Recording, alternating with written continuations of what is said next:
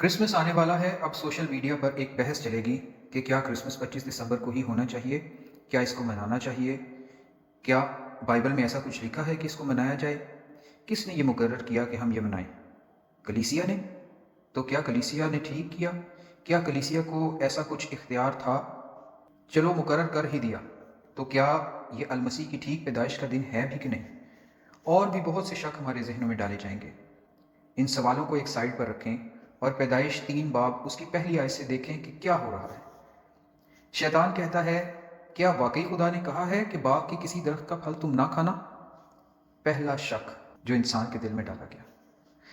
सांप ने औरत से कहा कि तुम हरगिज न मरोगे। दूसरा शक जो खुदा की बात पर डाला गया। खुदा कह रहा है कि मर जाओगे, शैतान कह रहा है हरगिज न मरोगे। खुदा जानता है कि जिस दिन तुम उसे खाओगे तुम्हारी आंखें खुल जाएंगी। तीसरा शक, और ये भी डायरेक्ट खुदा पे, और इल्ज़ाम भी, और एक झूठ भी, जिसमें एक ख्वाब दिखाया जा रहा है, एक सजेशन दिया जा रहा है कि तुम इसे खा लो क्योंकि तुम्हारी आंखें खुल जाएंगी और तुम खुदा की मानद नेको बद के जानने वाले बन जाओगे। एक शक, एक लालच और खुदा पर इल्ज़ाम। आंखें खोल कर देखें तो हमें समझ आएगा कि डेट चाहे कुछ भी हो, क्रिसमस की इस बात का कि डेट क्या है हमारी रूहानी तरक्की के साथ कोई ताल्लुक नहीं। उस दिन को उसकी असल रूह और असल मकसद के साथ मनाना हमारी रूहानी तरक्की का बायस है। तो ये बहस कि ये इस दिन की असल डेट क्या है, बेवकूफ़ी और नादानी की हुज्जत है। देखिए दूसरा थिमोथियस उसका दूसरा बाब 23वीं आयत। लेकिन बेवकूफ़ी और नादानी की हुज्जतों से किनारा कर, क्योंकि तू जानता है कि उनसे झगड़े पैदा होते हैं। हर साल ऐसे मैसेजेस आते हैं सोशल मीडिया पे और अब बढ़ते जा रहे हैं, और हम लोग उस दिन को एक शक के साथ मनाने लगे हैं कि फ़लाँ कलीसिया तो जून में क्रिसमस मना रही है, फ़लाँ कलीसिया जनवरी में मना रही है।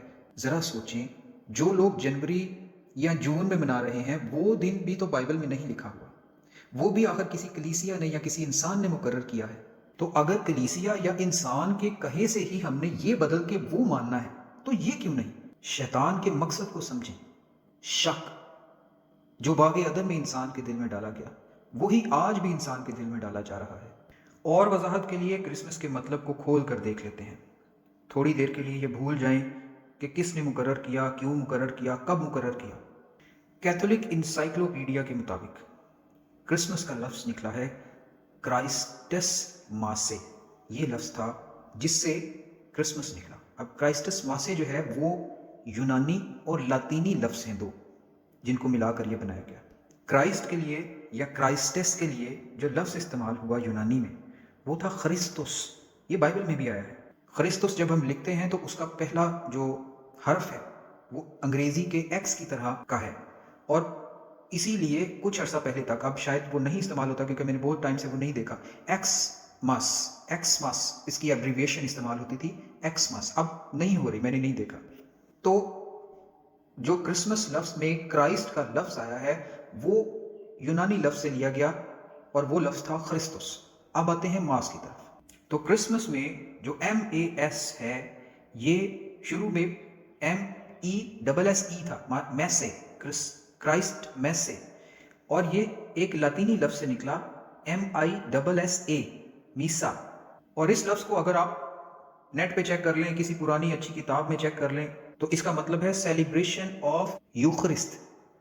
अब यूखरिस्त का लफ्ज़ जो है ये हर कैथोलिक या प्रोटेस्टेंट या एंग्लिकन को पता होगा, जिसने भी पाक शराकत कभी ली है उसको ही पता होगा कि यूखरिस्त का क्या मतलब है। यानी यूखरिस्त जो है वो जुड़ा हुआ है पाक शराकत की रस्म के साथ।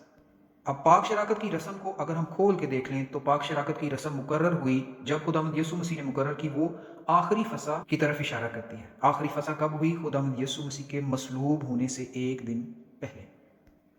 अब जिन लोगों ने पाक शराकत ली है कभी, उनके जहन में पादरी साहब का एक लफ्ज़ जब वो पाक शराकत दे रहे होते हैं तो वो उनकी जो लाइन है वो उनके जहन में आएगी कि ये मेरा बदन है जो तेरे गुनाहों के लिए दिया जाता है। आइए इसको बाइबल की रोशनी में देख लेते हैं। मत्ती की मार्फत अंजील उसका 26 बाब 26वीं आयत से लेकर 28वीं आयत तक देखें। लिखा है, जब